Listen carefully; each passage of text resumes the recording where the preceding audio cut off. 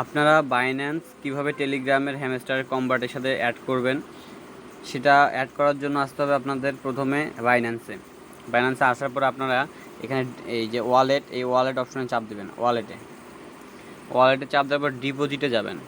ডিপোজিটে যাওয়ার পর আপনারা সার্চ দিবেন হ্যামস্টার বলতে HMSTR, এই যে হ্যামস্টার কনভার্ট চলে আসছে, হ্যামস্টারে চাপ দেবেন। হ্যামস্টার চাপ দেওয়ার পরে দেখবেন যে এখানে অপশন আসছে টোন কয়েন। এই টোন কয়েনের উপর চাপ দেবেন।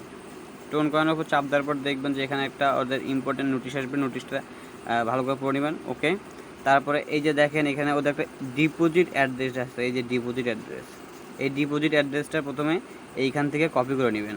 এই যে কপি করে নিলাম। নেওয়ার পরে হ্যামস্টারে চলে যাবেন। হ্যামস্টারে চলে আসবেন। হ্যামস্টারে আসার পরে এখানে অ্যাড্রপ অপশনে যাবেন।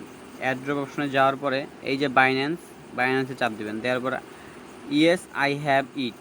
ওকে, তারপর এই যে উপরে যে জায়গাটা, এইখানে আপনাদের ওই অ্যাড্রেসটা পেস্ট করতে হবে।